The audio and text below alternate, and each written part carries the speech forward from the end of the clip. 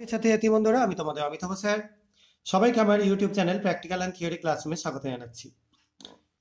আজকে তোমাদের সামনে দুটো বিকার রয়েছে, আর আরেকটা বিকারে আমি রেখে দিয়েছি তোমাদের অতি পরিচিত KMnO4 সলিউশন, পটাশিয়াম পার ম্যাঙ্গানেট সলিউশন।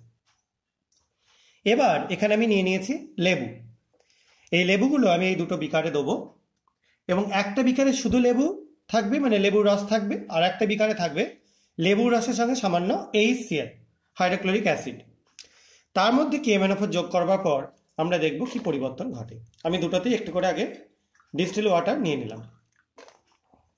যে কোনো এমনি তোমরা ট্যাপ ওয়াটারও করতে পারো, অসুবিধা নেই।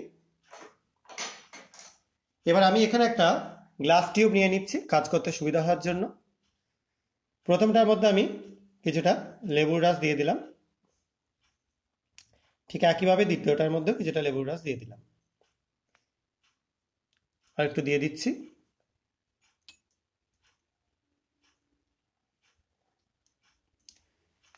এবার দুটোকে একটুখানি আমি গ্লাস টিউব দিয়ে নাড়িয়ে নিলাম। প্রথমটার মধ্যে আমি এবার যোগ করে দিচ্ছি কিছুটা ডাইলিউট HCl। তোমরা এটা বাথরুম পরিষ্কার করার যে HCl হয়, হাইড্রোক্লোরিক অ্যাসিড হয়, সেটা দিয়েও তোমরা করতে পারো। এটাই যোগ করে রাখলাম। এগুলো সবই বাড়িতে তোমরা পেয়ে যাবে। এই এক্সপেরিমেন্টটা তাই বাড়িতে খুব সুন্দরভাবে করতে পারবে। এবার আমি দুটোর মধ্যেই যোগ করে দিচ্ছি এই KMnO4 সলিউশন।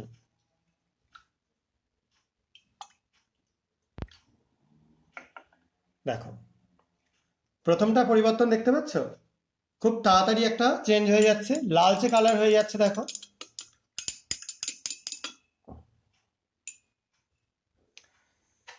আর এটা এখনো পর্যন্ত কোনো রকম চেঞ্জ কিছু হয়নি।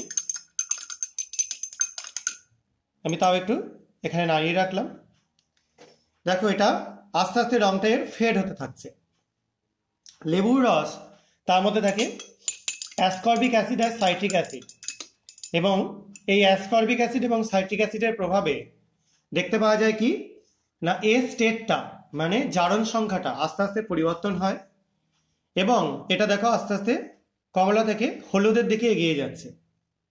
অর্থাৎ এর জারণ সংখ্যা পরিবর্তন হয়ে স্টেটটা ছিল +7 যখন KMnO4 ছিল, সেখান থেকে আস্তে আস্তে এটা MnO2 দিকে অগ্রসর হচ্ছে, ম্যাঙ্গানিজ ডাইঅক্সাইডের দিকে অগ্রসর হচ্ছে। কিন্তু দেখো, এটাই আমরা HCl দেওয়াতে এদের কিন্তু কোনো পরিবর্তন ঘটলো না। অর্থাৎ এর জারণ স্তরের পরিবর্তন আমরা কোনো রকম দেখতে পেলাম না এখনো পর্যন্ত। এবার আমরা আরো একটু লেবুর রস এখানে অ্যাড করে দিচ্ছি, দেখি যদি চেঞ্জ করা যায়।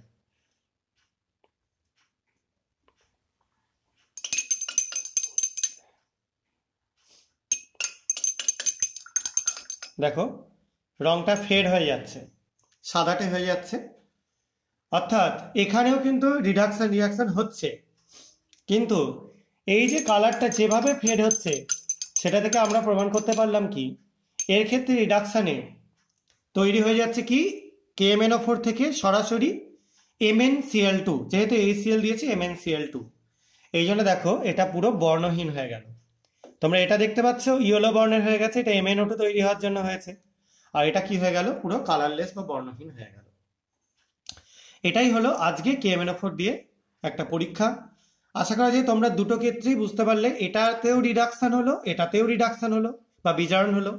এটাই KMnO4 +7 থেকে হয়ে গেল +4 MnO2 তৈরি হওয়ার জন্য, আর এখানে KMnO4 হয়ে গেল +7 থেকে +2, এখানে MnCl2 তৈরি হওয়ার জন্য এই পরিবর্তনটা ঘটলো। তাহলে আমরা এই রিয়াকশনগুলো করে আমরা KMnO4 এর সাহায্যে জারণ বিজারণ বিক্রিয়া খুব সহজে বুঝতে পারি। তোমরা নিজেরাও এই এক্সপেরিমেন্টটা করে এগুলো সম্পর্কে আইডিয়া করতে পারবে। আশা করা যায় তোমরা বুঝতে পেরেছো। যদি বুঝতে না পারো কমেন্টে লিখে জানাতে পারো। এই ভিডিওগুলো ভালো লাগলে আমার চ্যানেলটা সাবস্ক্রাইব করো, ভিডিওগুলো লাইক এবং শেয়ার করো। আজকের মতো এটুকুনি। সবাই খুব ভালো থাকবে, সাবধানে থাকবে। বাই।